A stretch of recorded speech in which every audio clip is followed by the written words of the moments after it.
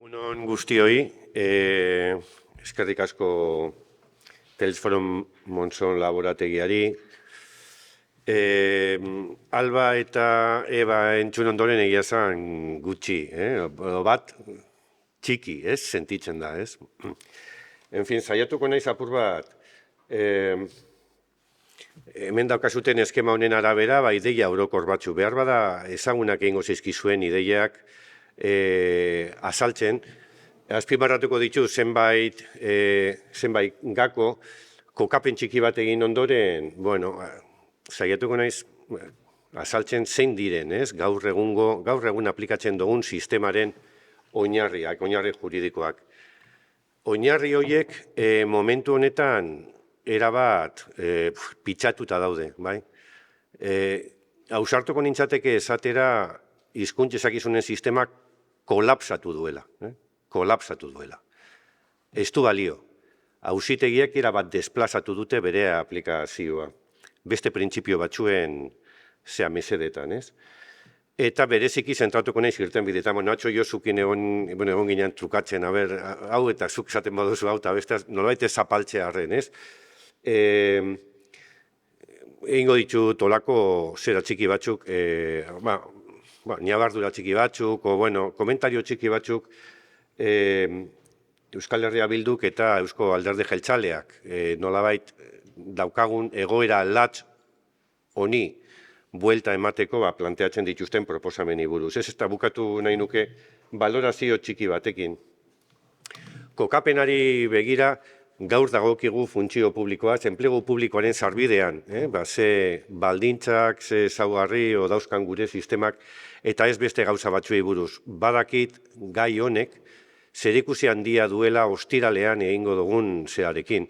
Ostiralean nolabait argi luzeekin begiratuko digu egoerari gaur argi laburrekin, bai?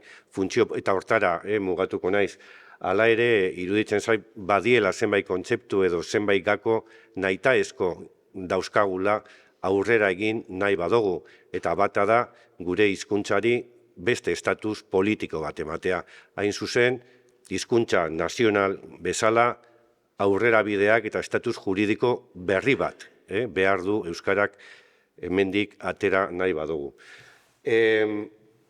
Argi dago, ez naiz luzatuko, danak daukagu buruan edo sentsazioa edo sentitzen dugu Euskararen normalizazioak beti izan badu ere bide estua, orain are estuago bihurtzen ari dela.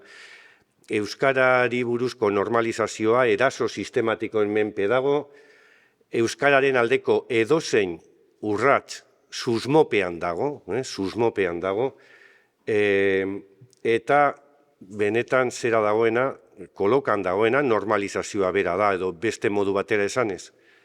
Euskararen erabilera normala da kolokan dagoena.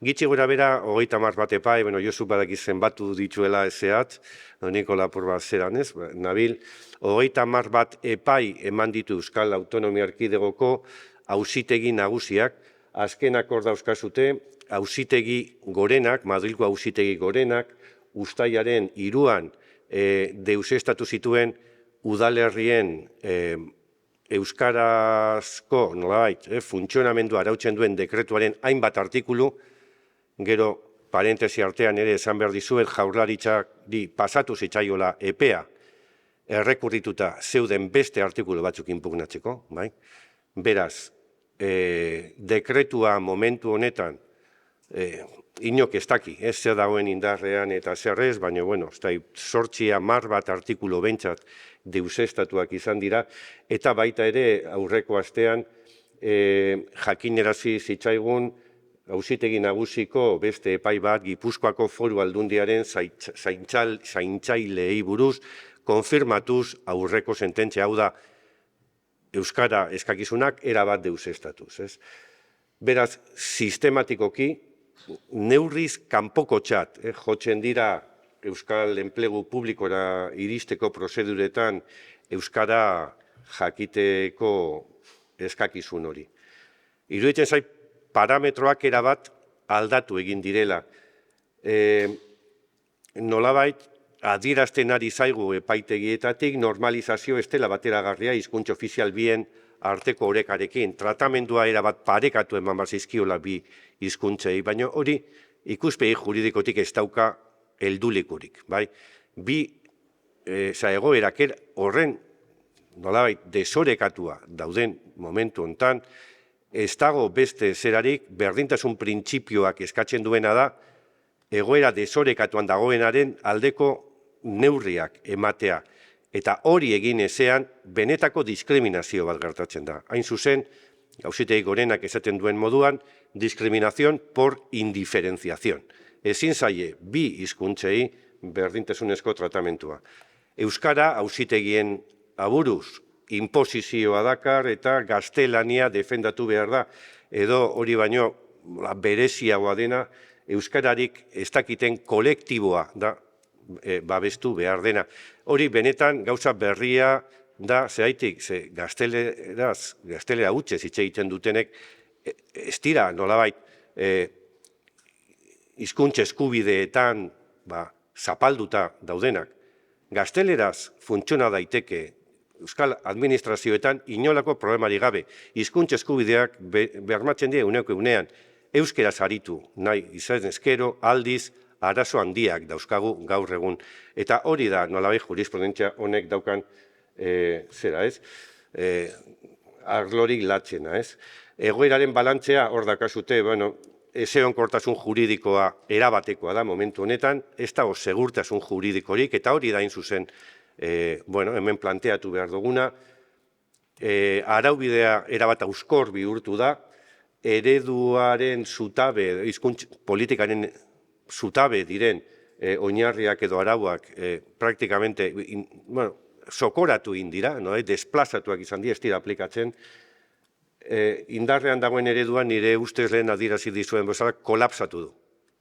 Gaur egun ez daukagu. Hizkuntza sistemarik enplegu publikoari begira.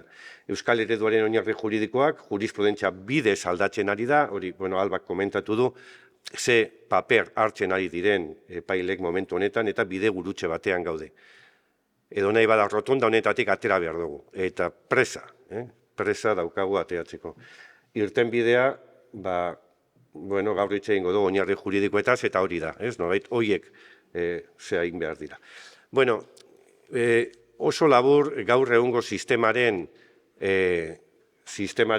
begira, zein da benetako ardatza? Benetako ardatza, Euskal Autonomia Erkidegoan enplegu publikoan sartzeko, eskatzen dien baldintzak eta hizkuntza baldintzak eta hori, ardatza ezarri izan 82ko Euskararen legean, bai?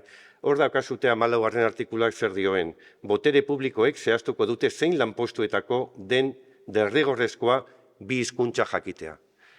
Ze dakar artikulu honek? Artikulu honek dakarrena da, adierazten digu, lanpostu bakoitzak bere hizkuntza karakterizazio izango duela, baina euskara ez dela nahitaezkoa izango lanpostu guztietan.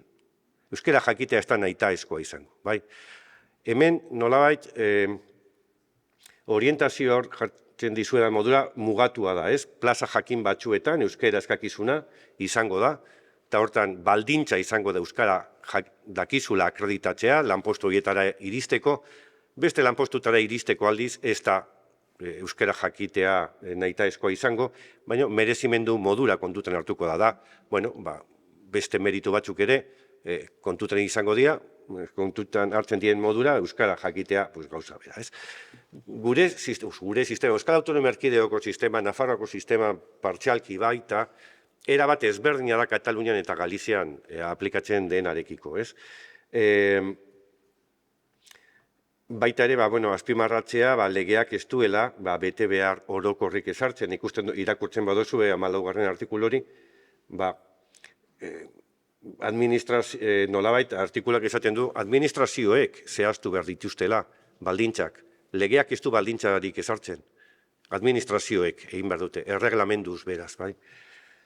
Eta, hori garatzeko, egia da, dekretu orokor batzuk onartu diela, eta hori hizkuntza eskakizunen dekretuak. Ez dauka denporari, baina honen jatorria Kanadako administrazio federalean aplikatzen den sistema, baina ez dauka momentu honetan zerarik. Bueno, konstituzio auzitegiak zer esan du bi sistema horiei buruz. Hau da, lanpostu jakin batzuetarako soilik, esartzen duen hizkuntza gaitasunak, eskakizunak esartzen dituen sistemari buruz, eta Katalunia edo Galiziari buruzko sistemari buruz. Bueno, biak ontzat hartu dituzte, baina ikusi 86, 91 garai haietan, bai. Bueno, gure sistemari begira, hemen aplikatzen den sistemari begira, nada se opone a que los poderes públicos prescriban en el ámbito de sus respectivas competencias el conocimiento de ambas lenguas para acceder a determinadas plazas de funcionario. Baina Katalunia eta Galizian aplikatzen den sistemari begira ere, bueno, lurraldean ofiziala den hizkuntza jakiteko eskakizuna, konstituzioak auzitegiak esan zuen guztiz sar daitekela eskatutako merezimendu eta gaitasunen artean. Hau interesgarria da azpimarratzea, askotan leporatzen da, bueno, printzipio konstituzional batzuk hor badaudela, eta, bueno, meritu eta gaitasunarekin ez daukala, hizkuntza zeak ez daukala inolako zerikusirik. Eta ez da hori horrela, konstituzio auzitegiak esaten du hizkuntza gaitasuna meritu eta gaitasun printzipioaren barruan kontsideratu behar dela, eta hori erabat konstituzionala da, ez?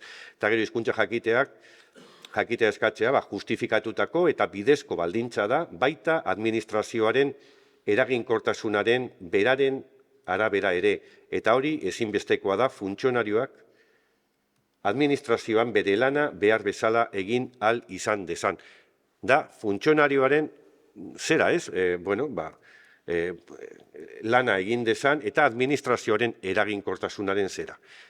Konstituzio auzitegiak ez du esaten beraz, soilik, hizkuntza eskubidea bermatze aldera eskat daitekela, edo neurri horretan, ez. Ezten du, administrazioaren eraginkortasunari begira eskat daitekela hizkuntza jakitea, ez.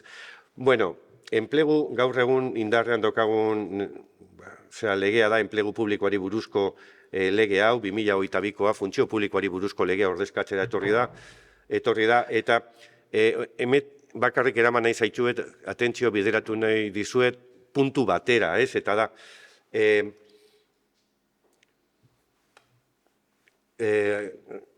legearen arabera lanpostu guztiak zerrendatuta izan behar dira eta zerrenda horretan lanpostu guztiari atxikitu behar zaio hizkuntza eskakizuna. Lanpostu guztiek, plantillako lanpostu guztiak hizkuntza eskakizuna izan behar dut. Danak ez dira nahitaezkoak edo derrigorrezkoak aldiz. Legeak dio derrigortasun datatik aurrera hizkuntza eskakizuna betetxa nahitaezko izango da. Baina zenbat lanpostutan izan behar du nahitaezkoa, derrigorrezkoa, eta zenbat lanpostutan ez, bai? Bueno, hori da benetako galdera, eta jurisprudentziaren jurisprudentzia ondo ulertzeko hori kontutan hartu behar da. Zein lanpostutan izan behar da euskara jakitea derrigorrezko, ez? Hortarako legeak gauza bat esaten du, eta da, nolanahi ere, derrigortasun data zein lanposturi dagokion zehazteko, nahitaez hartuko dira kontutan administrazio publiko bakoitzak hizkuntza plangintzarako tresnetan ezarritako helburuak. Hau da, hain zuzen gero azalduko dizuedan Eusko Alderdi Jeltzalearen proposamena. Da gauza bera. Eusko Alderdi Jeltzalea proposatzen duena honezkero funtzio publikoari buruzko legea, enplegu publikoari buruzko legean jasota dago. Artikulu horrek esaten du, irizpide orokor batzuk egon daitezkela, indize de perceptividad, baino hori kontutan hartu aurretik, administrazio bakoitzak zehazten duen, zehazten dituen irizpiden arabera, hori kontutan hartu behar direla, hizkuntza ezakizunen nahitaezkotasuna ezartzeko.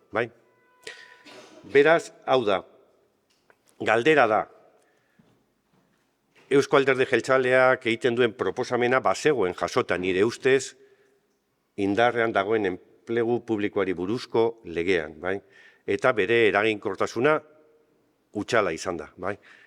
Beraz, hor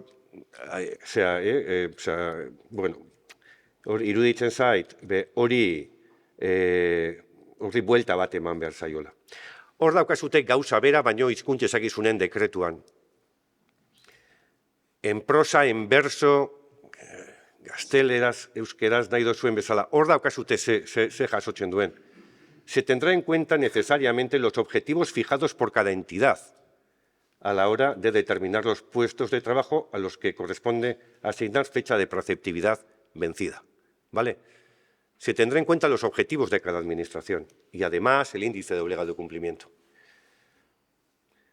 Beste ideia bat, derrigortasun indize hori dela polinomio bat kalkulatzen dena, bueno, pues, udalerri edo administrazioaren eremu territorialean dauden pertsonen hizkuntza gaitasunen arabera, bueno, hori gutxienezkotzat hartu izan du orain gutxira arte Auzitegi Nagusiak. Hori hor aldaketa erabateko izan da. El índice de obligado cumplimiento supone objetivos porcentuales mínimos. Auzitegi Nagusiaren sententzia bat, 2011koa. Ikus dezagun zer dioen momentu honetan Auzitegi Nagusiak. Hor jarri dizuet bi zerrendatara eramanda zein kasutan, ez daude sententzia guztiak, baina zein kasutan hizkuntza eskakizunak deuseztatu dituen auzitegiak eta zein kasutan ez. Eta atentzioa ematen duen, deitzen duen, lehen gauza zein da, lehen sekzioak deuseztatzen dituela hizkuntza eskakizuna. Bigarren sekzioak aldiz ez. Beraz, bi hildo ezarri dira Auzitegi Nagusiaren administrazio auzigaietarako salaren barruan. Bi sekzio daude, batak foru administrazio eta toki administrazioaz arduratzen da, hori da lehen sekzioa. Eta bigarren sekzioa da jaurlaritzako erkidegoko administrazioaz arduratzen dena. Eta horrek, beste naturaltasun batekin, ze oinarri erabiltzen ditu auzitegiak. Lehena, la exigencia de conocimiento del idioma a los aspirantes a cargo público tiene sentido en cuanto es necesario para garantizar el derecho de la ciudadanía a utilizar el euskera. Más allá de ello, podemos considerar que constituye un requisito discriminatorio. Bueno, Albak eta Ebak komentatu dute, konstituzio auzitegiaren jurisprudentziaren erabat aurkakoa dela, hau ez? Zergatik, konstituzio auzitegiak ez duelako bakarrik justifikatzen hizkuntza eskubideak, hizkuntza derrigortasun horiek, hizkuntza eskubidea bermatzeko, baizik eta administrazioaren funtzionamenduari begira. Sententzia honek ikusten den modura, ez du gure sistema, gure legislazioa, hizkuntza eskakizun dekretu ez du aplikatzen. Eta badago gauza bat benetan atentzioa deitzen didala sententzia hauek irakurrita, eta da, nork frogatu behar du euskara ez dela beharrezkoa lanpostuetan aritzeko. Zaite, klaro, errekurtsoak bereziki, sindikatu batzuetako abokatuek eta abokatu jakin batzuk, eta jartzen dituztenean, euskera asko eskatzen da, baina, alegatzen badozu hori frogatu beharko dozu, zehaiti den gehiagizkoa hori. Baina, hemen gertatzen auzitegiak eskatzen dio administrazioari frogatu dezala, zegaitik euskera eskatzea nahitaezkoa den. Zegaitik plangintza baten arabera jarduten ari garelako, baina hori zaio nahiko auzitegiari. No es necesario que todos los agentes de la policía, honetaz Albak komentatu du, no es necesario que todos los agentes de la policía municipal conozcan el euskera para garantizar a los ciudadanos su derecho a relacionarse con la administración utilizando esta lengua. Eta dio, nola egin behar da. Sería suficiente con que uno de los integrantes de cada pareja o alguno de los agentes que atienda al público conozca el euskera. Edo bestetik. La atención en euskera o indistintamente en euskera castellano de los usuarios del mencionado servicio pueda alcanzarse sin necesidad de que dichos puestos estén desempeñados exclusivamente por empleados que acrediten el PL1. PL1, en función de la organización y distribución de tareas, especialmente en los comedores y servicios complementarios. Zaintzaileek ez dute euskarari jakin behar. Beste argumentu bat erabiltzen duela, deialdi zehatzetan postu elebidun gehiago badira gaztelea hutsezko postuak baino, deuseztatzen ditu sistematikoki auzitegiak. Dauzkatzute hor adibide asko, ez naiz denbora aurrera doa. Lena, todas las plazas de cuidador o cuidadora aparecen perfiladas con la exigencia de un perfil lingüístico 2 con fecha de preceptividad vencida, lo que resulta contrario a los artículos 14 y 23.2 de la Constitución. y por ello resulta discriminatoria, excesiva y desproporcionada. ¿Por qué? Zergatik. Bueno, eta hola, la fijación de dicho requisito en porcentajes del 90% o más de las plazas convocadas, muy superiores a los que representan los índices de población vascoparlante, no conecta con el derecho de los aspirantes sin conocimiento. Hau da, auzitegiaren argumentazioa, ez? Ikuspegi erabat okerra da, juridikoki honek ez dauka heldulikurik, zergatik gure araubideak edo hizkuntza ezakizunen dekretuak, funtzio publikoari buruzko legeak esaten duena da hizkuntza ezakizunak ezarri behar direla irizpideen arabera, hizkuntza erabilera irizpideen arabera eta baita indize baten arabera, baina plantilla osoaren gainean, ez deialdi ateratzen dien lanpostuen arabera, ez? Ez da araubidea aplikatzen. Hor dakazute, bueno, hau beste naturaltasun batekin aztertzen da, bai Katalunian, bai Galizian, eta baita ere Europar batasunean. Eta toki normal guztietan esango genuke. Hau da, Europar batasuneko auzitegiak dioena. Tal como se ha declarado, los conocimientos lingüísticos de los funcionarios son un elemento esencial de su carrera. Por tanto, debe considerarse legítimo que una institución trate de seleccionar a personas que puedan utilizar de manera eficaz y comprender lo mejor posible la lengua o lenguas utilizadas en el marco profesional en el que van a integrarse. Osea, hau da planteamendu naturala, bai? Hau da, Europar Batasuneko auzitegi orokorraren sententzia bat, hainbat daude, eta errekurtsoa jartzen duena beti da Espainiako erreinua. Bueno, beste argumentua, se anteponen los objetivos de planificación lingüística al derecho de acceso en condiciones de igualdad, mérito y capacidad a plazas convocadas para la provisión de aquel. No obstante, el rango constitucional de estos últimos es normalizazioa y acceso a la función pública. Bai? Derechos laborales, derechos lingüísticos. Hau da, baita ere auzitegiak erabiltzen duen. Bueno, honetaz, honi aurre egitea, nahikoa izan daiteke konstituzioa bera zitatzea 23. artikuluak esaten duena derecho de acceso a la función pública de acuerdo con los principios de mérito, capacidad e igualdad, baina gero dio baita ere de acuerdo con los requisitos que señalen las leyes. Bai? Eta las leyes están señalando requisitos lingüísticos, baina hori inkonstituzionala da, si son lingüísticos auzitegi nagusiaren begietan. Konstituzio auzitegiak ez du inolako problemari jarri, bueno, neurri normalizatzailei begira eta barrez. Bueno, euskera da, hizkuntza gutxitua eta ekintza positiboko zerak ez neurriak behar dituena. Bueno, balantzea zein da, nire ustez sententzia hauek atzerakoiak dira, involuzio bat dakarte, gaiari buruz indarrean dagoen araudia erabat desplazatzen dute, eta sententzia hauek ikaragarrizko eragina izaten ari dute. Bizkaia, gero Josu komentatuko digu, Bizkaian gauzak momentu honetan nola egiten ari diren, ez? Rebajatan gabiltza, eta hau da momentua administrazioan, 80. hamarkadan osatu zen administrazioa ordezkatzeko. Orain sartzen ari diena 40 urteetako, egongo dira. Euskara normalizatzeko prozesuaren euskarri diren tresna juridikoak nire ustez balio gabetuak izan dira, eta ez dago segurtasun juridikorik. Bi proposamen daude, Txillardegi gogoeta gunetik abiatu genuen hausnarketa bat, gero kontseiluarekin partekatu genuen, kontseilua bere egin zuen, gero hainbat mintegi egin genituen, kontraste faseak, ekarpena jaso, eta azkenean, txosten zera bat egin dugu, ez? Eta funtsean, hor planteatzen genuena zen, nolait, jauzi bat egitea edo transito bat egitea Katalunian eta Galizian aplikatzen den sistema lortze aldera, ez?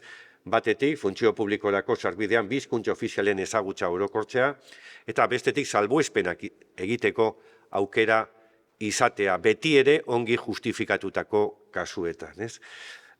Hau da, egungo sistemaren alderantzizkoa da, nolait dokumentu hauetan edo eragilekin batera, proposatzen zen irten bidea.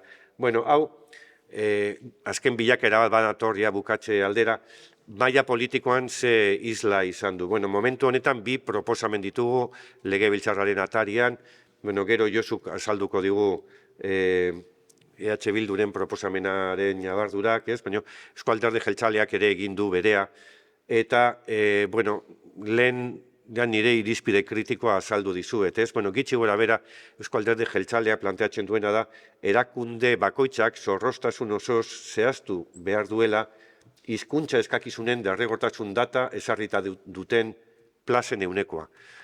Eunekoak administrazio bakoitzak zehaztu behar du. Amorotoko udalak, Amorotoko udaleko plantillan zenbat lanpostutan izango den euskara nahitaezkoa, portzentaje hori Amorotok zehaztuko du. Bai? Eta lege proposamen honek dioena da, hortarako Amorotok kontutan hartu beharko ditu bi parametro. Bata, proportzionala izatea, horrela, proportzionala izatea, eta bigarrena, udal bakoitzak onartu dituen hizkuntza erabiltzeko irizpideak. Beraz, udalaren motxila gehiago kargatu da. Hemen planteatu zezakeen, ez dakit, ardura hori udalerriei ez eskaintzea baizik eta izan dadila legebiltzarrak zehaztuko duena printzipio argi bat. Katalunian, Galizian daukaten modura. Hau da, hori izatea, ez? Beraz, hori, ez da, nik uste dut horri buelta bat eman beharko litzaiokela, baina gauza bat larri dauka proposamen honek, eta da, niretzako larriena da, udalek egin behar dutela, ia euskara gaitasuna askatzen duten lanpostu horiek proportzionalak diren edo ez, azterketa hori egitea. Noren buruan, sartzen da momentu honetan, auzitegiak dauden oldarraldiarekin, auzitegiek ez dutela Amorotoko balorazio hori berrikusiko. Auzitegiek, seguru nago, udal batek esaten di proportzionala delak en el 90%, auzitegiak, esto no es proporcional. Etorriko dira auzitegiak, proposamen hau hankamotz geratzen da. Segurtasun juridikoaren aldetik behin ipein. Euskal Herria Bilduren planteamentuak egiten duena da arau nagusi bat ezarri, eta da lanpostu dotazio publiko guztietan, nahitaezkoa izango da hizkuntza edo lanpostu guztiek nahitaezko hizkuntza eskakizuna izango dute. Eta baita ere aukera ematen du proposamen honek, zenbait kasutan salbuetxiak edo geroratuak izateko. Eta planteatzen du indize berri bat, geroratze indizea, deitzen zaio horri. Hau da, nolabait, udalek arau nagusitat izango dute lanpostu guztiak elebidunak izango dira, beraz, nolabait, oposaketan ateratzen dien lanpostu guztietarako euskara jakitea nahitaezko izango da, udalak esartzen dituen salbuespenetan izan ezik, bai? Salbuespen horiek justifikatuak izan behar dira, baina proposamen honen arabera ez daukate indize bat gainditzerik. Indizeak mugak jarriko dizkio administrazio bakoitzari. Gitxi gara bera, gero Josuk azalduko digu hobeto, ez? Nire balorazioa, bigarren proposamen honi begira da, segurtasun juridikoaren ikuspegitik, askoz ere sendoagoa ikusten dut, legeak ezartzen ditu zuzenean irizpideak eta ez administrazio publiko bakoitzak ez da lan hori nolabait udalerrien esku lagatzen. Konstituzio auzitegiaren jurisprudentziarekin bateragarria da, Talbak esaten zituen arrazoiengatik, eta baino baita ere argi daukat konstituzio auzitegian, hau lege bihurtu ezkero, konstituzio auzitegira eramango dela. Konstituzio auzitegira eramango da, eta hor, azkenean aztertuko da proportzionaltasuna beraz, alde hortatik, benetan ongietorria dira albak komentatzen zizkion ideia horiek, ez? Memorian ondo jasotzea, hau beste eta hauta beste. Beraz, nire azken balorazioa, momentu honetan 40 urte atzera egin dugu. Baina horrela, 40 urte atzera. Hori da daukagun situazioa. Euskararen normalizazioa jomugan dago, tratamendu desorekatuak erabat gaitzesten dira, auzitegien zeran, irizpide okerra izanik ere, hortan dago gauza, eta, honek ez du, nolabait gainditzen errealitatetik inolako zerarik, ez? Benetako, hemen gertatzen dena da, euskera egin nahi izan eskero, hainbat administrazioetan ez daukazula aukerarik. Hori da benetan gertatzen dena. Diskriminazioa euskaldun jasotzen dugu. Nik uste dut, une erabakigarria da, nire lagun batzuk emergentzia egoera hitz egiten dute. Nik uste dut hortan gaudela, momentu honetan. emergentzia egoera batean dagoela Euskal Herria, eta beraz marko juridikoa sendotu behar da, eta segurtasun juridikoa askoz ere gehiago indartu, ez? Bueno, hoize nire hausnarketak.